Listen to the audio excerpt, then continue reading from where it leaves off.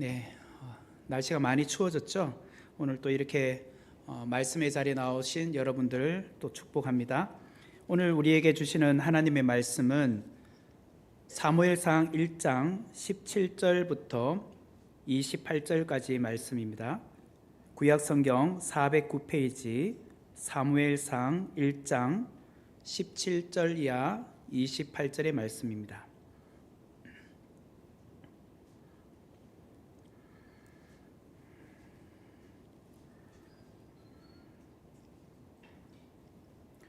제가 봉독해 드리겠습니다.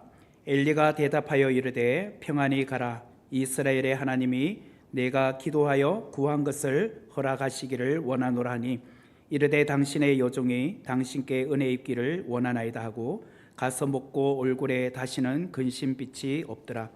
그들이 아침에 일찍 일어나 여호와 앞에 경배하고 돌아가 라마의 자기 집에 이르니라. 엘가나가 그의 아내 한나와 동침하매 여호와께서 그를 생각하신지라. 한나가 임신하고 때가 이름에 아들을 낳아 사무엘이라 이름하였더니 이는 내가 여호와께 그를 구하였다 함이더라. 그 사람 엘가나와 그의 온 집이 여호와께 매년제와 서원제를 드리러 올라갈 때에 오직 한나는 올라가지 아니하고 그의 남편에게 이르되 아이를 젖대거든 내가 그를 데리고 가서 여호와 앞에 뵙게 하고 거기에 영원히 있게 하리이다 하니 그의 남편 엘가나가 그에게 이르되 그대의 소견에 좋은 대로 하여 그를 젖대기까지 기다리라. 오직 여호와께서 그의 말씀대로 이루시기를 원하노라 하니라. 이에 그 여자가 그의 아들을 양육하며 그가 젖대기까지 기다리다가 젖을 뗀 후에 그를 데리고 올라갈 수소 세 마리와 밀가루 한 에바와 포도주 한 가죽 부대를 가지고 실로 여호와의 집에 나아갔는데 아이가 어리더라. 그들이 수소를 잡고 아이를 데리고 엘리에게 가서 한나가 이르되 내 주여 당신의 사심으로 맹세하나이다. 나는 여기서 내 주 당신 곁에 서서 여호와께 기도하던 여자라. 이 아이를 위하여 내가 기도하였더니 내가 구하여 기도한 바를 여호와께서 내게 허락하신지라. 그러므로 나도 그를 여호와께 드리되 그의 평생을 여호와께 드리나이다 하고 그가 거기서 여호와께 경배하니라. 아멘. 오늘은 사무엘상 1장 17절 이하 28절의 말씀을 중심으로 자녀를 위하여 기도하였더니 라는 제목으로 귀한 은혜를 함께 나누겠습니다. 영화나 드라마의 도입을 어떻게 시작하느냐라는 것은 감독에게는 매우 중요합니다. 여러분들도 영화를 보러 가거나 또 혹 어떤 드라마가 이제 첫 시작을 하게 될 때 어떻게 시작하느냐라는 것에 대해서 궁금하지 않겠습니까? 마찬가지로 글을 쓰는 작가도 마찬가지입니다. 첫 페이지, 첫 문장을 어떻게 시작하느냐라는 것은 그 책을 읽는 독자들에게 큰 인상을 주기 때문에 매우 중요합니다. 사무엘서는 크게 사무엘상과 사무엘하로 나누어져 있습니다. 하지만 사무엘서는 원래 한 권의 책이었습니다. 한 권으로 사무엘상, 사무엘하로 나누어져 있지 않고 한 권이었는데 우리의 편리를 위해서 상권, 하권 이렇게 사무엘상, 사무엘하로 나누어지게 되었습니다.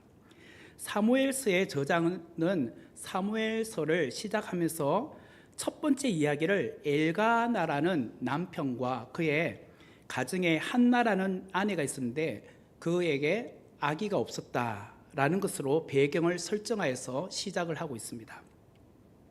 제가 이 이야기를 영화로 만든다면 저는 아마 무대 배경을 이렇게 설정을 할 것 같습니다. 어두운 밤 시간 예배당에 홀로 교회에 와서 펑펑 눈물을 흘리며 기도하는 한 여인, 그 여인에게 초점을 맞추면서 영화가 시작될 것 같아요. 바로 사무엘상은 그렇게 시작을 하고 있습니다. 한나가 살았던 시대는 사사시대입니다. 영적으로 어두웠던 시대였고 각자 자기의 소견에 옳은 대로 행하였던 시대였습니다. 그래서 굉장히 죄악이 관영하였던 시대였죠. 오죽하면 엘리에게는 2명의 아들이 있었죠. 홈리와 비느하스. 이들은 제사장 가문임에도 불구하고 오늘로 말하면 목사님의 자녀들임에도 불구하고 굉장히 교회 안에서 타락한 사람이었습니다. 이처럼 이스라엘은 국가적으로 볼 때나 종교적으로 볼 때 그리고 각 개인으로 볼 때 굉장히 어두웠던 시대가 사사 시대였습니다. 특별히 엘가나 가정에는 한나라는 부인이 있었는데 그에게는 자식이 없었습니다. 근심과 걱정으로 그 가정 역시 어두웠습니다. 그때 한나가 했던 행동이 무엇이었을까요? 그것은 바로 기도였다라는 것이에요. 개인이나 가정이나 국가적으로 어둡고 힘들 때에 해답이 있습니다. 해결을 할 수 있는 답이 있는데 키워드가 무엇이냐면 기도라는 것이에요. 기도. 오늘 본문인 17절과 18절의 말씀을 보면 엘리가 대답하여 이르되 평안히 가라. 이스라엘 하나님이 네가 기도하여 구한 것을 허락하시길 원하노라 하니 이르되 당신의 여종이 당신께 은혜 입기를 원하나이다 하고 가서 먹고 얼굴에 다시는 근심빛이 없더라. 이스라엘 하나님이 내게 기도하여 구한 것을 허락하시길 원하노라 라고 엘리 제사장이 말한 이후에 한나가 이제 집으로 돌아옵니다. 집으로 돌아와서 그의 얼굴에 어떠한 근심의 빛이 없었다라고 말합니다. 그리고 그는 평상시처럼 이제 즐겁게 식사를 하기 시작을 했습니다. 여기서 기도하는 사람은 어떤 모습을 보여주어야 되느냐라는 것을 우리에게 보여주는데 하나님께 기도한 이후에는 믿음의 확신을 가지고 얼굴에 근심빛을 나타내지 않고 살아라는 거예요. 그런데 오늘 우리의 기도를 보세요. 우리는 기도하고 나서도 여전히 얼굴에 보면 근심빛이 많아요. 하나님 앞에 와서 기도를 했잖아요. 기도를 하고 돌아갈 때는 근심빛이 없고 또 하나님이 주신 은혜 가운데 가야 될 것 같은데 여전히 우리의 얼굴은 근심빛이 가득하고 무거운 돌덩어리를 얹은 것처럼 그렇게 무겁게 살아가고 있어요. 한나는 그러지 않았다는 거예요. 그녀는 기도한 이후에 믿음의 확신을 가지고 집에 돌아갔어요. 비록 지금은 여전히 자녀가 없어요.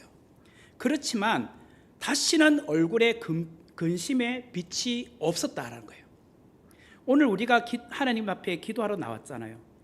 그러면 집으로 돌아갈 때는 반드시 믿음의 확신을 갖고 가셔야 돼요. 하나님께서 내게 주실 거다. 이 내가 하나님 앞에 기도한 것 반드시 하나님이 응답해 주실 거다. 믿고 가시라는 거예요. 그리고 돌아가서는 근심의 빛 없이 정말 맛있게 식사도 하시고 또 마음의 평안을 갖고 사시라는 거예요. 19절과 20절의 말씀을 보면 그들이 아침에 일찍 일어나 여호와 앞에 경배하고 돌아가 라마의 자기 집에 이르니라. 엘가나가 그의 아내 한나와 동침함에 여호와께서 그를 생각하신지라. 한나가 임신하고 때가 이름에 아들을 낳아 사무엘이라 이름하였으니 이는 내가 여호와께 그를 구하였다 함이더라. 한나는 기도 응답으로 아들 사무엘을 낳았습니다. 그런데 한나는 기도 응답을 받은 이후에 이제 더 이상 기도를 하지 않았다라고 말하지 않습니다. 끝이 난 것이 아니에요. 그녀는 기도 응답 이후에도 더 높은 신앙의 모습을 보여주고 있습니다. 그것은 하나님의 은혜를 받았기 때문에 그 하나님의 은혜에 보답해야겠다는 생각을 하게 되었다는 것이에요. 한나의 기도에서 우리가 배울 수 있는 교훈이 바로 이겁니다. 그것은 기도 응답 받은 다음에 한나가 취한 모습대로 우리가 행해야 된다는 거예요. 한나는 기도 응답을 받고 기도 중에 주셨던 하나님의 마음, 또 그 하나님의 마음을 갖고 결단했고 결심을 했습니다. 그리고 그 결단과 결심을 나는 반드시 실행하리라, 실천하리라고 다짐을 했다는 거예요. 우리의 기도를 한번 보세요. 우리는 어려운 문제를 갖고 하나님 앞에 나와서 기도하잖아요. 하나님 도와주세요. 이것을 해결해 주세요. 여기까지는 우리는 한나처럼 동일하게 기도합니다. 한나도 정말 얼마나 간절하게 기도했겠습니까? 나에게 자식을 달라고. 오죽하면 그 기도가 엘리 제사장이 볼 때는 마치 술 취한 여인처럼 그렇게 보여질 정도로 너무나도 간절하게 하나님 앞에 기도한 거예요. 여기까지는 우리도 같이 그런 모습을 보여주고 있습니다. 그런데 우리는 기도 응답을 받은 다음에 문제가 해결되었기 때문에 더 이상 기도하지 않더란 거예요. 해결되었잖아요. 해결되었으니까 기도할 필요가 없잖아요. 곧바로 또한 실행에 옮기지도 않더라는 거예요. 예를 들자면 수험생을 둔 부모는 대학 진학이 될 때까지 자녀를 위해서 간절하게 기도하지 않겠습니까? 아마 지금 다 수험생의 부모님들은요, 지금 간절함을 갖고 있을 거예요. 이제 조금 있으면 수능고사 성적도 나오고 그에 따라서 우리가 뭐 어디로 가야 될지 걱정하면서 지금 계속 염려하고 있을 겁니다. 그러면서 그러다가 대학에 진학을 하게 됩니다. 그러면 더 이상 간절함이 없잖아요. 기도할 이유가 없다고 생각하는 거죠. 때로는 아플 때는 병을 고쳐달라고 살려달라고 간절하게 기도하다가 병에서 나오면 기도를 하지 않더라는 거예요. 기도 중에 분명히 하나님 저에게 병을 고쳐주신다면 내가 하나님을 위해서 어떤 일을 하겠어요. 이제 신앙생활 열심히 하겠어요. 지금 아파서 교회를 갈 수 없고 지금은 몸이 이렇게 불편해서 교회에 봉사도 할 수 없으나 나에게 어떤 병이 고쳐진다면 정말 내가 남은 인생 주님을 위해서 헌신하겠습니다. 이런 다짐을 한단 말이에요. 그런데 병 고치고 났더니 그런 것을 다 잊어버리고 살더라는 거예요. 여러분, 기도는 기도 응답으로 끝나는 것이 아니에요. 기도는 기도 응답으로 끝나는 것이 아니에요. 기도 중에 하나님께서 여러분에게 주신 마음이 있었다면 그것을 실행에 옮기는 것까지 나아가셔야 된다는 거예요. 지난 3주간 우리는 다니엘 기도회를 통하여서 많은 은혜를 받았습니다. 그때 각자에게 주신 마음이 있었을 거예요. 결단의 마음, 또 다짐의 마음이 있었을 겁니다. 그렇다면 다니엘 기도회가 끝나고 나서 오늘 우리는 실천의 삶을 살고 있느냐는 거예요. 저는 지난 주일에 다니엘 기도회를 통하여 주셨던 마음으로 여러분들에게 이렇게 선포했습니다. 우리 다니엘 기도회 때 성경 암송의 중요성을 우리가 함께 나누었기 때문에 그래서 지난 주일날 우리가 오늘부터 이제 성경 암송을 해보자고 한 달에 한 어떤 이제 구절씩 이렇게 한번 외워보자고 해서 이달에는 시편 23편에 대해서 함께 나눠보고 외워보자고 했습니다. 여러분들은 매일 20분씩 읽고 있으십니까? 시편 23편을 외우고 있으십니까? 갑자기 몰아서 내일 이제 마지막 날인데 하시겠습니까? 그러면 안 되잖아요. 우리가 그때 받은 은혜가 있다면 우리가 실행하는 것도 필요하다는 거예요. 여러분께서 기도 중에 마음에 주셨던 결심과 결단이 있다면 반드시 그것을 실행에 옮기는 것까지 가셔야 된다는 거예요. 지금 한나는 거기까지 나아가고 있어요. 한나는 기도 응답을 받은 다음에 어떻게 하고 있을까요? 한나는 기도 응답 이후에 하나님의 은혜에 보답하고 있어요. 그녀는 기도 중에 내게 아들을 주신다면 그 아이를 하나님 앞에 드리겠다고 기도 가운데 하나님 앞에 소원하게 되었습니다. 이게 한나가 기도 중에 하나님 앞에 다짐했던 바였어요. 화장실에 들어갈 때 마음과 화장실에서 나올 때 마음이 다르다고 하잖아요. 들어갈 때는 얼마나 급합니까? 근데 나오면 언제 그런 것처럼 모르는 걸 그냥 까맣게 잊고 살아가고 있는 것 같아요. 우리의 기도가 그런 것 같아요. 급할 때는 하나님 앞에 떼쓰며 도와달라고 간절하게 부르짖다가 막상 그것이 잘 해결되면 언제 그랬느냐처럼 하나님과 또 멀찍이 떨어져서 살아가고 있는 우리 개인을 보게 되더라는 거예요. 우리는 매번 하나님께 도와달라고 기도는 많이 하지만 도움을 받고 나서 기도 응답을 받고 나서 기도 중에 했던 말, 기도 중에 주신 마음, 그것을 내 삶 속에 실천하는 것에 있어서는 하나님께 드리는 것에 있어서는 너무나도 인색하게 살더라는 거예요. 26절에서 28절의 말씀을 보면 한나가 이르되 내 주여 당신의 사심으로 맹세하나이다.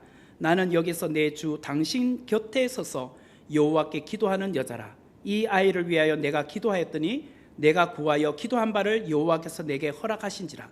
그러므로 나도 그를 여호와께 드리되 그의 평생을 여호와께 드리나이다 하고 그가 거기서 여호와께 경배하니라. 한나는 아들 사무엘을 낳고 그 아이가 젖을 떼자마자 하나님께 소원을 갚기 위해서 엘리 제사장에게로 나아왔습니다. 한나는 말합니다. 엘리 제사장님, 저를 기억하시겠습니까? 제가 이전에 아이를 갖기 위해서 얼마나 이곳에 와서 눈물을 흘리며 기도했던 거 당신이 보셨잖아요. 그때 제가 마치 술 취한 여인처럼 그렇게 보여졌는지 그렇게 또 말씀하셨지 않습니까? 근데 그때 하나님께서 저에게 아들을 주시겠다고 기도했을 때 당신이 하나님께서 그렇게 되기를 원한다고 저에게 확신을 주지 않으셨습니까?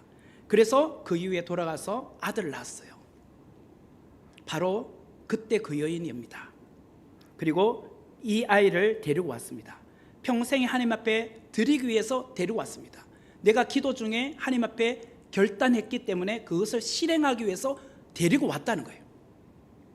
한나에게 사무엘은 어떤 아들입니까? 그동안 아들 한 명, 자녀 한 명 낳지 못해서 끙끙 앓으며 고생했던 그런 마음이 있었던, 온갖 그것으로 인해서 수치를 느꼈던 그 당시 고대 시대의 여인이 아이를 갖지 못하면 수치 중에 수치였거든요. 오죽하면 그의 또 다른 부인 브린나도 그에게 수모를 주었잖아요. 그것까지 참으며 기도 중에 얻은 아들이 사무엘입니다. 세상 그 무엇과도 바꿀 수 없는 너무나도 귀한 아들이죠. 자기 생명을 걸고 지켜주고 싶은 아들, 천하를 다 주고서라도 바꿀 수 없는 귀한 아들, 그 아들이 사무엘입니다. 한나는 그 아이를 갖게 해달라고 그동안 성막에 와서 눈물을 펑펑 흘리며 울었습니다. 그렇게 기도해서 얻은 아들이죠. 이제 한나는 그 기도의 응답을 받은 이후에 그 아들을 데리고 엘리 제사장 앞으로 왔습니다. 만약 한나가 기도 응답을 받고 너무 기쁜 나머지 그 귀한 아들을 하나님 앞에 바치지 않고 자기의 품 안에 키웠다면 어떻게 되었을까요? 이스라엘에 사무엘이라는 그런 선지자가 탄생하지 못했을 거예요. 세워지지 못했을 거예요. 따라서 우리가 기도 중에 주신 마음을 온전히 행할 때에, 하나님 앞에 올려드릴 때에 하나님은 놀라운 일을 그 자녀를 통해서 하신다는 거예요. 내 손에 있으면 내 손에서 끝나고 말겠지만, 내 품에 있을 때는 그냥 내 품 안에서 끝나고 말겠지만, 하나님에게는 더 큰 그림이 있더라는 거예요. 한나는 기도 중에 자식을 주시면 내가 그의 평생에 그를 여호와께 드리겠습니다 라고 서원을 했습니다. 그리고 아들을 낳았어요. 한나는 그 아들 사무엘을 자신의 손에서 키우기보다는 하나님의 손에 맡기기로 했습니다. 왜? 서원을 했기 때문에. 그리고 한나는 그 서원을 갚기 위해서 엘리 제사장에게로 왔습니다. 그러므로 내가 기도 응답을 받은 것을, 정말 하나님 앞에 드리겠다고 약속한 것을, 그것을 실행하기까지 마음의 초조함과 걱정도 있었겠지만, 그러나 그는 여기에 대해서 믿음으로 결단을 했다라는 거예요. 그는 하나님께 감사하고 하나님의 손에 맡기면 하나님께서 나의 인생에 더 많은 것을 주실 것이라는 확신을 갖고 그 아들을 하나님 앞에 바치게 된 거예요. 사실 이때만 해도 사무엘 한 명밖에 없었습니다. 이제 바치면 또 내 품에는 자식이 없는 거잖아요. 그렇지만 하나님께서 이 아들을 하나님 앞에 바치면 하나님께서 나에게 또 복을 주실 거라는 확신을 갖고 바치게 되었다는 거예요. 사무엘상 2장 20절에서 21절의 말씀을 보면, 엘리가 엘가나와 그의 아내에게 축복하 이르되 여호와께서 이 여인으로 말미암아 내게 다른 후사를 주사 이가 여호와께 간구하여 얻은 바친 아들을 대신하여 하시기를 원하노라 하였더니 그들이 자기 집으로 돌아가매 여호와께서 한나를 돌보시사 그로 하여금 임신하여 세 아들과 두 딸을 낳게 하셨고 아이 사무엘은 여호와 앞에서 자라니라. 보세요. 내가 하나님 앞에 사무엘을 주시면 하나님 앞에 바치겠다고 소원을 했더니 하나님께서 그에게 또 다른 선물을 주셨다는 거예요. 하나님, 그때 정말 너무 마음이 급해서요, 어쩔 수 없이 그런 말 했지만 아까워요. 이 아들을 바치면 나에게는 아무것도 없잖아요. 그러면 안 되잖아요. 하나님께 내가 바치기로 했으니 바칩니다 라고 했더니 하나님께서 또다시 그에게 임신하게 하셔서 3남 2녀의 자녀를 주셨다는 거예요. 이게 사무엘을 바친 이후에 주신 거예요. 한나가 기도 응답으로 사무엘을 하나님 앞에 드렸더니 하나님은 한나로 하여금 이렇게 귀한 선물을 주셨다는 거예요. 복을 주셨다는 거예요. 우리의 기도는 어떠한가요? 기도 중에 주신 마음과 결단을 기도 응답 이후에 얼마나 우리의 삶 속에 실행하고 있으십니까? 저의 이야기를 하려고 합니다. 아마 한 번도 안 했던 이야기여서 오늘 여러분 처음 듣는 이야기도 있을 겁니다. 저는 2006년도에 미국으로 유학을 가게 되었습니다. 당시 저희 아들 예준이는 한국 나이로 7살이었고 저희 딸 예진이는 4살이었습니다. 저는 그때 30대 중반이었습니다. 유학 가기에는 적지 않은 나이였습니다. 당시 제 주위에 목사님들 가운데 미국 비자가 나오지 않아서 유학의 꿈을 접었던 분들이 참 많으셨습니다. 저는 유학 가기 위해서 기도했어요. 꼭 하나님 저에게 미국으로 갈 수 있는, 공부할 수 있도록 비자를 받게 해주시고 또 학교가 정해지게 해주신다면 학위를 받고 반드시 한국으로 돌아와 한국 교회를 위해서 쓰임받는 목회자가 되겠습니다. 그렇게 제가 하나님 앞에 기도를 했던 거예요. 근데 너무 감사하게도 하나님께서 저의 기도에 응답해 주셔서 미국에 있는 신학대학원에 입학하게 해주셨고 또한 미국 비자도 받게 해주셔서 유학을 가게 되었습니다. 유학 중에 작은 규모의 한인교회에서 교육 목사로도 섬겼습니다. 그렇게 길을 열어주셨어요. 그리고 새벽에는 학교에서 청소하며 생활비를 벌고 공부하게 해주셨습니다. 또한 1년간은 야간에 한인 신학교가 있었는데요. 이제 낮에는 학교에서 수업을 해야 되니까 밤에는 그곳의 한인 신학교에 시간 강사로 교수 사역도 하게 해주셨습니다. 그렇게 석사 과정의 공부를 마칠 때쯤에 미국에서 전임 사역의 길을 열어주셨습니다. 재작년에 이제 2022년도에요. 그때 다니엘 기도회 강사로 설교하셨던 분 중에 김한효 목사님이란 분이 있습니다. 지금은 베델 얼바인 교회, 미국의 남가주에 보면 얼바인이라고 있는데 그곳에 베델 한인 교회가 있어요. 그게 이제 교회를 옮겨서 갔는데 그 김한효 목사님이 그 당시에는 세리토스 장로교회의 담임 목사로 계셨습니다. 그 당시 작년 성도 수가 2,700명이 모이는 교회였습니다. 이민 교회로는 굉장히 큰 교회였어요. 그런데 너무 감사하게도 그 김한효 목사님이 저를 부교육자로 전임 부목사로 세워주셨습니다. 사실은 규모가 큰 교회, 이민교회에서 전임 사역한다는 것은 쉬운 일 아니에요. 많은 유학생들이 미국에 와서 정착하면서 그런 교회에서 사역해보는 것이 꿈이에요. 동경이에요. 근데 저는 그렇게 하나님 은혜로 그런 세리토스 장로교회에 그런 규모가 큰 교회에서 교구 사역을 하게 되었습니다. 그뿐만 아니라 이제 공부를 마쳤으니까 비자 문제가 해결돼야 되잖아요.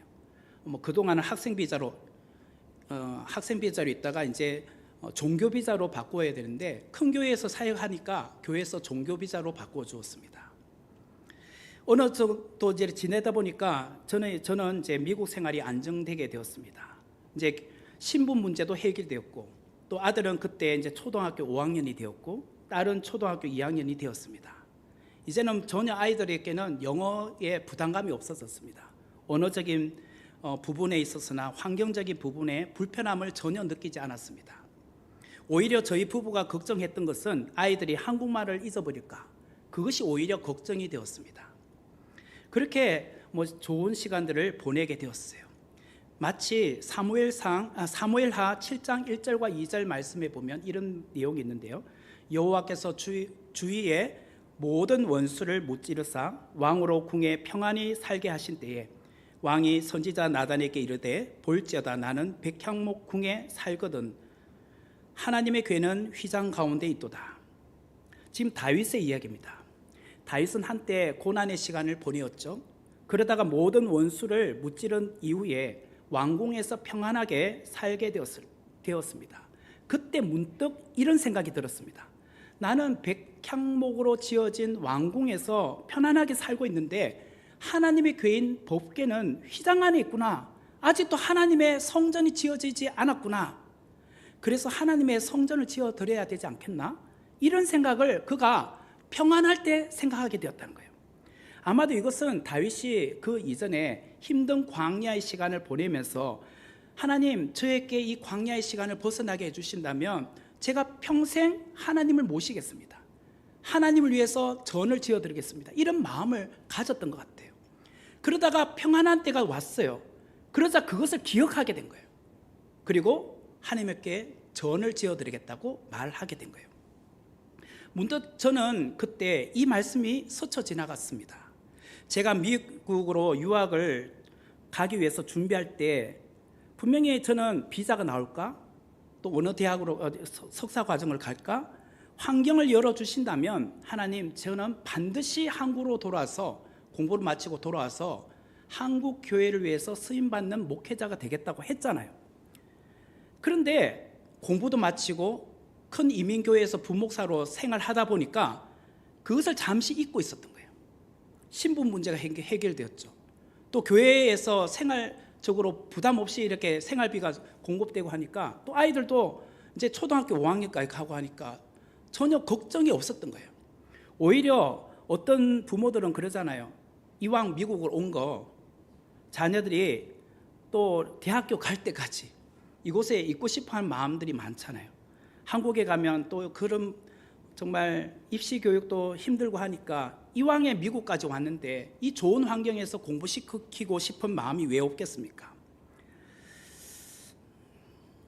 그런 와중에 하나님께서 저에게 문득 오늘 좀 전에 읽었던 사무엘하 7장 1절과 2절의 말씀을 생각나게 하신 거예요. 그렇지, 하나님께서 내가 처음 미국으로 유학 올 때 반드시 내가 한국으로 돌아간다고 했는데 내가 지금 미국에서 공부도 마치고 또 그런 좋은 교회에서 사역을 하다 보니까 이것을 내가 잊고 있었구나. 그 사실을 다시 인식한 순간 저는 아버지와 대화를 하게 되었습니다. 다시 한국으로 돌아오기를 원하고 기도하기 시작을 했습니다. 하나님께 간절하게 기도하며 소원을 갚겠다고 했어요. 그런 와중에 하나님께서 저에게 한국으로 돌아올 수 있는 기회를 허락하여 주셨습니다. 감사하게도 그때 이제 양재동에 보면 온누리교회가 있습니다. 서빙고 온누리교회가 가장 큰 교회고요. 그 온누리교회 브랜치로 양재동에도 있거든요. 거기도 한 10,000명이 모이는 교회 정도 됩니다. 거기에 담당 목사님으로 있었던 분이 한홍 목사님입니다. 여러분 한홍 목사님이라 검색해보면 굉장히 유명합니다. 그분이 1년 9개월 전에 교회를 개척하셨어요. 새로운 교회라고. 그리고 나서 이제 교회가 1년 9개월 만에 1,700명이 됐습니다. 50명에서 1,700명이 된 거예요. 그러면서 부교육자들이 필요한 거죠. 그 중에 성경을 좀 잘 가르치는, 성경 공부를 좀 해가지고 교인들에게 성경을 좀 잘 가르치는 부목사를 스카우트 해야겠다고 생각을 하게 된 거예요. 그런 와중에 저는 이제 기도하고 있었잖아요. 한국으로 돌아갈 수 있는 기회를 달라고. 그런데 누군가의 소개로 인하여서 한원 목사님에게 그거 정보가 들어가게 된 거예요. 그래서 한원 목사님께서 당시 행정을 담당하던 박담회 목사님이라고 계셨어요. 아마 인터넷 검색하면 박담회 목사님이 나와요. 그분이 그 당시에 나이는 60세가 넘었어요. 근데 CEO 출신이에요. 기업인인데 그분이 늦게 신학 공부하셔서 이제 목사도 하면서 과거에는 기업인이었어요. 그분이 제가 공부했던 탈보신학교의 목회학 석사 과정을 공부하신 거죠. 그리고 나이가 이제 한 60세가 넘었으니까 담임을 하기보다는 한원 목사님 옆에서 도와주는 행정 목사로 역할을 하고 있었던 거예요. 그러자 한원 목사님께서 박담회 목사님을 미국으로 보내셔서 저를 만나게 한 거예요. 그래서 저랑 한 2시간 이상 이제 인터뷰를 하게 되었습니다. 근데 그 박담회 목사님이 제가 졸업한 탈보신학교의 선배 목사님이잖아요. 그래서 만나기 전에 저의 뒷조사를 다 했더라고요. 그러니까 졸업생이니까 학교의 행정실에 문의해가지고 저의 학교 성적표를 다 검색하고 해서 학교에서 공부를 어떻게 했는지, 그리고 세리토스 장로교에서 지금 내가 사역을 하고 있으니까 그게 이제 아는 지인들을 이렇게 수소문해가지고 내가 그 교회에서 사역을 어떻게 하고 있고 인품이 어떤지 그 모든 것을 다 조사를 한 거예요. 설교는 어떻게 하고 있는지 설교도 들어보시고. 그리고 나서 저를 만난 거예요. 만나고 한 2시간 이상 인터뷰를 한 이후에 그분이 이제 미국 일정을 마치고 한국으로 돌아서 한원 목사님에게 저에 관련해서 보고를 한 겁니다. 아마 흡족을 했던 것 같아요. 그래서 몇 주 후에 한원 목사님 직접 저한테 이메일을 보내주셨습니다. 언제 한국으로 돌아올 수 있겠느냐고. 그래서 이제 아이들이 방학할 때쯤에 들어갈 수 있다라고 해서 방학하자마자 바로 돌아와서 그 주간 주일부터 사역을 시작하게 된 거예요. 그게 제가 2011년도에 있습니다. 2006년도에 미국으로 가서 2011년도에 들어오게 된 거예요. 그러니까 이 한호 목사님은 그 많은 부교육자들 가운데 성경을 좀 잘 가르칠 수 있는 부목사를 찾고 있었는데 그게 이제 저였던 거죠. 그리고 좀 그러다 보니까 저는 이제 양육 관련돼서 총괄하는 부목사로 섬겼습니다. 그래서 직접 가르치기도 하고 또 그거 모든 것을 어레인지 해주는 그런 역할을 하다가 또 공동체, 지금은 우리로 교회로 말하면 순위죠. 교구 담당 목사로 또 섬겼습니다. 그때 이제 한 교구당 350명이 자기 교구예요. 350명을 섬기면서 새벽 기도부터 가면 밤 11시, 12시까지 거의 매일 그렇게 살았습니다. 퇴근하면 집에 오면 12시였어요, 밤에. 그리고 또 아침에 6시 이제 새벽 기도 있으면 그 시간 맞춰서 가고. 그렇게 일주일을 그냥 바쁘게 살았었습니다. 그 생활을 만 4년을 한 거예요. 그러면서 또 감사하게도 그 한호 목사님이 저를 그 공동체, 여기로 말하면 교구죠. 교구 총괄 목사로 이제 맡겨주신 거죠. 교구가 그때 7개 있었는데, 그러니까 한 교구당 최소한 350명에서 400명이에요. 그것을 총괄하는, 전체를 총괄하는 부목사로 본부장이라고 해요, 거기는. 그것도 시켜주신 데다가 또 양육 총괄하는 본부장을 시켜주신 거죠. 그러니까 엄청 제가 바쁘게 살았습니다. 그리고 그 와중에도 외교부를 또 가서 설교하도록 해주셔서 외교부에 가서 이제 신우회도 섬기고, 그렇게 하다가 제가 사임할 때쯤에는 작년이 한 3,500명이 모이는 교회가 되었어요. 그것을 이제 보고 제가 이제 사임을 하게 된 거죠. 이처럼 제가 처음 한국으로 귀국했을 때는 아이들 걱정하지 않을 수 없잖아요. 어떻게 하나. 그렇다고 우리 형편에 무슨 외국인 학교에 이렇게 보낼 수 있는 것도 아니고, 그래서 일반 초등학교에 편입해서 들어가게 되었습니다. 특별히 미국에서 5학년까지 마치고 돌아온 예준이가 학교에 적응하니까 참 힘들었습니다. 와서 국어나 사회 과목이 역사 과목이더라고요. 그런데 그걸 영어가 다 압니까? 그때 저도 힘들더라고요. 가르쳐 주는 것도 힘들고. 근데 사회 과목이 역사인데 그때 왔더니 조선 후기부터 시작을 하더라고요. 영종조 시대부터 시작하는데 탕평색이 뭐야, 무슨 북한이 남침했다니, 남침이란 말도 몰라요. 그래 보다 보니까 다 한자 용어더라고요. 저는 그전 우리가 몰랐죠. 남침 당연한 거잖아요. 한자 용어가 그냥 우리는 다 이해가 되는데 남침이란 말도 해석을 해줘야 되고 가르쳐줘야 되고. 그래 시험을 치려니까 어떻게 해요? 그래 일단 외워봐. 점수는 그냥 20점 30점 이렇게 나왔어요. 그래 아직은 초등학생이니까 중학교 때쯤 갈 때까지 적응하겠지. 그러면서 보내게 된 거예요. 제가 한국으로 오기 전에 저의 아버지께서 저에게 하셨던 말씀이 있어요. 예준이와 예진이를 하나님께 맡겨라.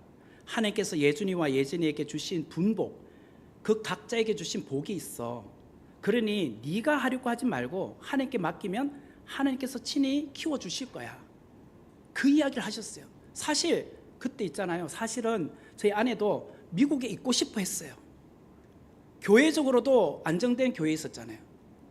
큰 교회, 대형 교회, 종교비자 되고, 그래서 한 2년 정도만 있으면 영주권 들어가요. 그러니까 이것만 잘 밟고 나가면 이제 아이들이 중학교 가고 고등학교 가고 그리고 대학교 갈 수 있잖아요. 그 영주권 받으면 미국 생활하는데 좀 더 부담이 없으실 것이고. 그런데 제가 분명히 초심을 잃으면 안 되잖아요. 그래 아버지도 네가 처음에 했던 말 기억하고 와야 돼. 그래서 돌아왔잖아요. 그리고 아들 예준이 같은 경우는 초등학교 5학년부터 고등학교 3학년까지 이 과정을 마치고 다시 미국으로 유학을 갔습니다. 사실 미국에 남아서 목회자로서 자녀를 양육하고 거기서 공부시킬 수도 있었지만 하나님이 또 알아서 공부시켜 주신 거죠. 그것도 처음 들어갈 때는 이제 그 영상학과로 갔습니다. 필름 쪽으로 갔는데 그것도 미국의 랭킹 10위권 안에 들어가는 좋은 학교예요. 그 보스턴에 있어요. 그래 들어가서 이제 공부를 하고 있는데 너무 감사하게도 내가 걱정하는 것보다 하나님께서 더 크게 알아서 책임져 주고 계시다는 것을 보게 되었습니다. 오늘 본문 28절의 말씀을 보면 그러므로 나도 그를 여호와께 드리되 그의 평생을 여호와께 드리나이다 하고 그가 거기서 여호와께 경배하니라. 그가 거기서 여호와께 경배하니라. 거기는 하나님의 언약궤를 모신 성막이 있는 실로를 말하죠. 한나가 어린 사무엘을 여호와께 드리는 순간부터 하나님께서 직접 그 아들 사무엘을 키워가기 시작을 하셨다는 거예요. 하지만 이 사무엘을 그전에는 젖을 뗄 때까지는 한나의 품에 있었죠. 그러다가 이제 젖을 뗀 이후에 성막으로 보내서 실로에 보내서 하나님의 손에 의해서 키워지기 시작을 했다는 거예요. 사무엘이 나라와 민족을 위한 위대한 인물이 될 수 있었던 것은 또한 사무엘이 사사시대에서 왕정시대로 옮겨져가는 중요한 다리의 역할을 할 수 있었던 것은 그의 어머니 한나의 기도가 있었기 때문이에요. 한나가 하나님 앞에 소원했던 것을 갚았기 때문에 가능했다는 거예요. 사무엘은 어머니의 극성스러운 교육으로 자식을 키우지 않았습니다. 어머니의 치맛바람, 어머니의 교육열에 의해서 짜여진 스케줄대로 이 학원에 보냈다가 몇 시부터 몇 시까지 또 저 학원에 보내고 온종일 그렇게 아이를 뺑뺑이 돌리고 또 이 책 읽히게 하고 저 책 읽히게 해서 그렇게 공부시킨 것이 아니란 거예요. 사무엘은 하나님의 손에 의해서 자랐습니다. 28절의 말씀을 다시 보면 그의 평생을 여호와께 드리나이다 하고 그가 거기서 여호와께 경배하니라. 한나는 사무엘을 자신의 품에 끼고 있었던 것이 아니라 오히려 하나님의 손에 맡겼다라는 거예요. 대신 한나가 한 것은 평생 그를 위하여 기도했다는 거예요. 나는 사무엘을 하나님 앞에 맡겼고 이제 나는 그를 위해서 평생 기도했다는 거예요. 27절의 말씀을 보면 이 아이를 위하여 내가 기도하였더니 내가 구하여 기도한 바를 여호와께서 내게 허락하신지라 라고 말합니다. 이 아이를 위하여 내가 기도하였더니 한나는 하나님의 손에 아들 사무엘을 맡기고 사무엘을 위하여 기도했다는 거예요. 기도했다. 다니엘 기도의 세 번째 날 주일이었죠. 그날 간증자로 나왔던 사람이 탈북자 정유나라는 분이었습니다. 정유나 자매님. 그분이 이제 탈북민이죠. 그녀가 간증 도중에 한국으로 탈북하려고 할 때에 자신의 어머니께서 이런 말을 했다고 했잖아요. 살아 있으면 다오. 살아만 있어 달라고 했잖아요. 그 어머니의 말씀을 기억하여서 그는 한국까지 살아서 왔습니다. 그러면서 정윤아 씨는 그 내용 간증 가운데 아기 모세를 갈대 상자에 넣어 나일강으로 띄워 보내었던 그 어머니 요게벳의 노래 불렀죠. 그죠? 기억나실 거예요. 너의 삶의 참주인, 너의 참 부모이신 하나님, 그 손에 너의 삶을 맡긴다. 너의 삶의 참주인, 너를 이끄시는 주 하나님 그 손에 너의 삶을 드린다. 그가 너를 구원하시리니 그가 너를 이끄시리라. 그가 너를 사용하시리니 그가 너를 인도하시리라. 이 찬양을 눈물을 글썽글썽하면서 불렀어요. 북한에 계셨던 어머니를 생각하며 어머니가 나를 그렇게 보내셨을 거라고, 아기 모세를 갈대 상자에 넣어서 보낸 것처럼 그런 마음으로 나를 보내셨을 거라고 한 거죠. 성경 속의 요셉도 마찬가지였습니다. 아버지 야곱의 품에서 자랐더라면 형제들 간에 반목을 끊임없이 했을 거예요. 그리고 겨우 잘 되어봤자 그 가정의 족장의 후계자로 세워졌을 겁니다. 하지만 하나님은 그 족장의 후계자로 세워질 수 있는 그 요셉을 직접 키우기 위해서 무대를 옮기셨어요. 애굽 땅으로 옮기셔서 비록 조금 이제 고난의 시간들이 있었지만 하나님께서 직접 그를 세워가기 시작하셨어요. 가르치기 시작하셨고 하나님의 사람으로 만들어가기 시작을 하셨습니다. 하나님이 일하시니까 요셉은 많은 민족을 살리는 축복의 통로가 되었던 거예요. 애굽의 총리 대신이 될 수 있었던 겁니다. 오늘날 한국 부모들의 문제는요, 자녀에게 뭔가를 해주지 않은 것이 문제가 아니라 너무나도 많은 것을 해주고 있기 때문에 문제가 생기고 있어요.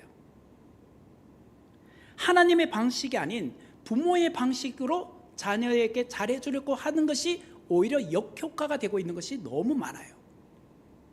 부모가 해야 할 일은 자녀를 위하여 기도하는 것에 있다는 거예요.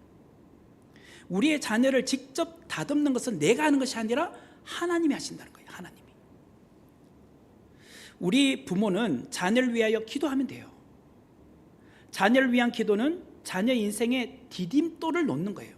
여러분들이 자녀를 위해서 기도하는 것은요, 자녀 인생의 디딤돌을 놓는 거예요. 하지만 내가 직접 돌을 놓는 것은 디딤돌이 아니라 걸림돌이 되는 거예요. 자녀를 위한 디딤돌이 되기 위해서는 자녀를 위해서 평생 기도하고 그 자녀를 하나님의 손에 맡기는 거예요. 이게 바로 디딤돌을 놓는 거예요.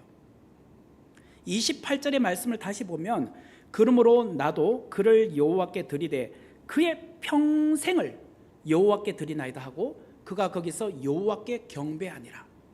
여러분은 자녀를 위하여 무엇을 기도하고 계십니까? 여러분은 자녀를 위하여 하나님의 손에 평생 맡기고 그를 위해서 기도하고 계십니까? 한나는 아들 사무엘의 평생을 하나님 앞에 맡겼어요.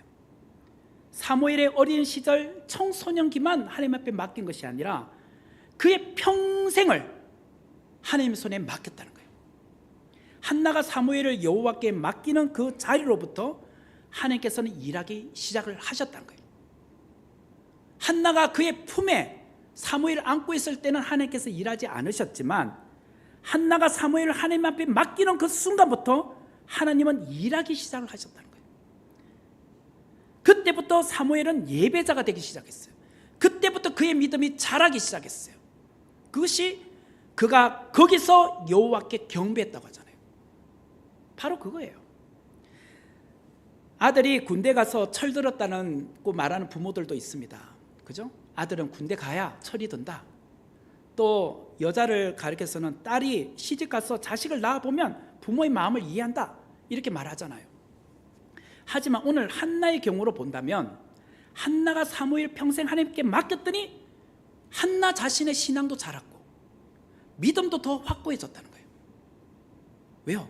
하나님 앞에 맡기면 이제 하나님의 인생, 하나님께 내 자녀의 인생을 맡긴 거니까 내가 더 간절하게 기도할 수밖에 없잖아요.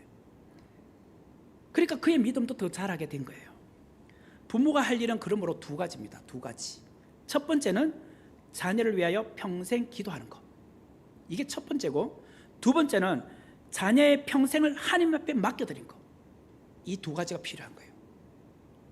부모가 자녀를 위하여 할 두 가지, 평생 그를 위하여 기도하고 평생 그를 위하여 하나님께 맡긴다. 그러므로 부모는 자녀를 하나님께 맡겨드리고 평생 그 자녀를 위하여 기도하는 일을 게을리해서는 안 되는 거예요. 그렇게 하면 하나님께서 일하신다는 거예요. 주식회사 종근당을 잘 아실 겁니다. 종근당, 그죠? 이 보면 이제 종근당 그 마크인데, 심벌인데요. 우리 대한민국 최고의 제약회사입니다. 이 회사는 이종근 씨가 설립한 거예요. 그러니까 이종근 씨의 종근이에요. 종근당인데, 이분이 1941년도에 이 회사를 설립하게 되었습니다. 그런데 이 회사를 설립하게 된 배경에 대해서 제가 설명을 드리겠습니다. 이분의 어머니는 신택순 씨인데, 신택순, 그분에게는 3남 2녀가 있었습니다. 그 중에 차남이 이종근이에요. 1931년도에까지만 해도 이 가정은 충남 당진군 고대면 성산리에 살고 있었다는 거예요. 1931년도까지 충남 당진군 성산리에 살고 있다가 1931년도에 서울로 이사를 왔습니다. 그리고 정착한 곳이 어디냐? 마포구 아현동 굴레방 다리, 그 일대에서 자리를 잡아서 살게 된 거예요. 그 어머니 신택순 씨는 서대문에 있는 영천시장이라고 있다고 합니다.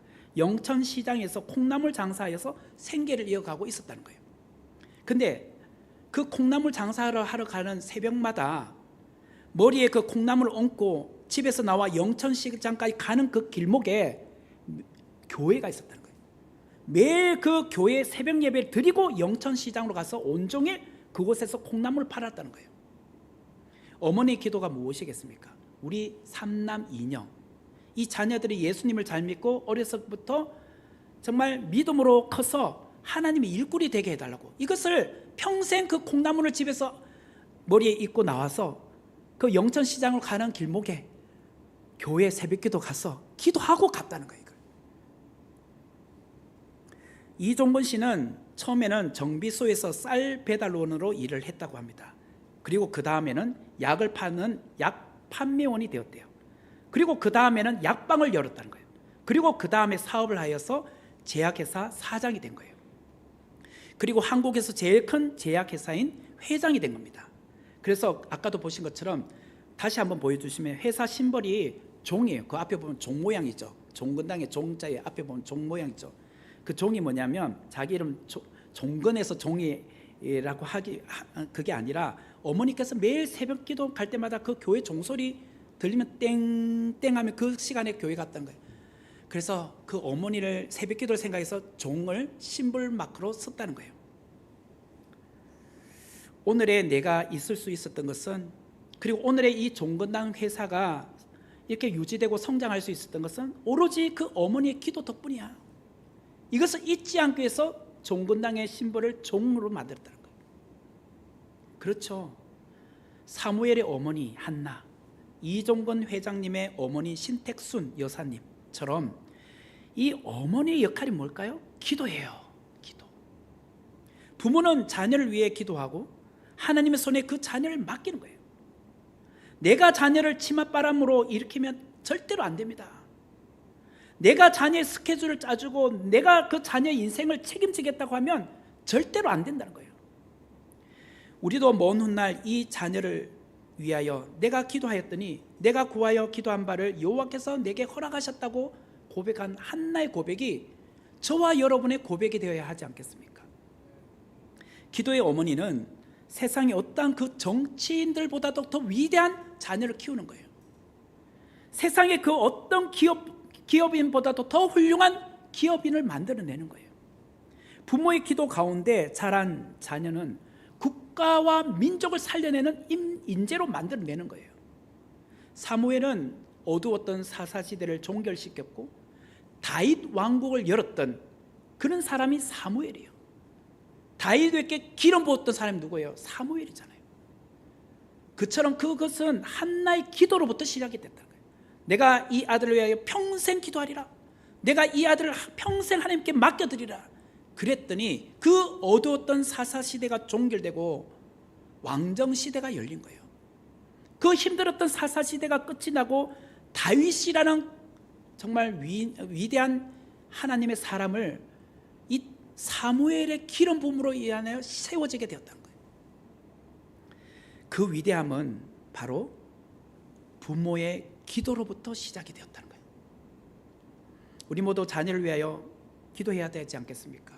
오늘은 특별히 자녀를 위해서 기도하는 시간을 삼았으면 좋겠습니다. 여러분, 여기에 계시는 분 중에 자녀를 위해서 기도하지 않는 부모는 없으실 겁니다. 그런데 한나처럼 기도해야 돼요. 한나처럼 자녀를 위해서 기도하겠다 해놓고 또 나는 여전히 내가 자녀를 좌지우지하려고 했고 내 스케줄대로 했다면 그것을 다 내려놓으셔야 돼요. 내가 평생을 하나님께 맡기고 그리고 나는 평생 그 자녀를 위해서 기도하겠습니다. 이렇게 오늘 기도해야 된다는 거예요. 이렇게 기도함으로 나가는 우리 모두가 되기를 주의 이름으로 축원합니다. 같이 기도하도록 하겠습니다. 은혜로우신 하나님 감사합니다. 오늘 이 저녁에 저희들이 주님 앞에 나와 기도합니다. 특별히 오늘은 우리의 자녀들을 위하여 기도하기를 원합니다. 여전히 우리의 자녀들이 정말 이 땅 가운데 세상에서 살고는 있지만 우리 부모된 자로서 이 자녀들을 위하여 평생을 하나님 앞에 맡기고 기도하지 못하고 있다면 오늘 이 시간 결단하게 하시고 하나님 앞에 나와 그 자녀들을 하나님의 손에 맡기는 우리 모든 부모가 되게 하여 주옵소서. 예수님의 이름으로 기도합니다. 아멘. 우리 시선 같이 찬양함으로 또 기도하도록 하겠습니다.